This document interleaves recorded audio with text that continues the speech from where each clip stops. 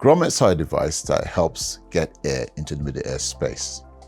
Now, normally we have an eustachian tube that enables air to get into the middle ear space through the back of the nose. Now, when this gets blocked up, either because it's not well developed as you have with a lot of children, or you have a nasty cold, or you have tumors, the tube gets blocked and the middle ear space doesn't quite work well and the drum collapses. Sometimes it doesn't just collapse, but the lining of the middle ear generates fluid, which is what we have as glue air. When that happens, you no longer have the application of sound into the inner ear. So the grommet serves to try and maintain the middle ear pressure. They are generally plastic tubes with a hole in them, which allows that communication to happen. And what the surgeon does is he looks in the ear either with an operating microscope or with an endoscope, and then makes a cut on the eardrum and inserts the grommets, of which there are various types. You have the shower grommet, you have the shepherd grommet, and you have the one which I designed, which is the oval grommet.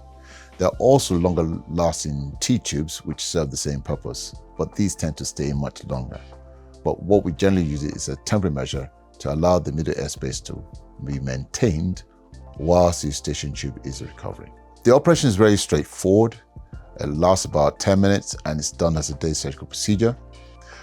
With a microscope or with an endoscope, we actually have a look at the drums, make a small cut on the eardrum and place the grommet in. The aim is to make sure the pressure in the middle ear is the same as the pressure outside of it.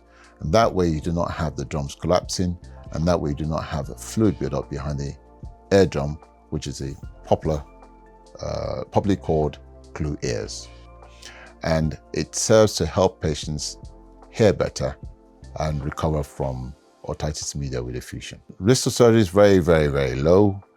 Just the hole may not close, but even then, it may not necessarily be a disadvantage because it helps to keep the middle ear pressure the same as the external pressure. A lot of surgeons will give water precautions after the operation and then make a decision as to whether these need to be continued afterwards.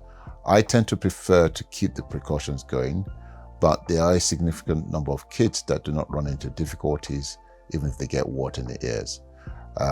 Having said that, one absolute in my mind is bath water because the soap encourages it to go inside the middle ear. These ears can get infected, in which case they need antibiotic treatment, but generally it's a very straightforward day surgical procedure which a lot of people get benefit from.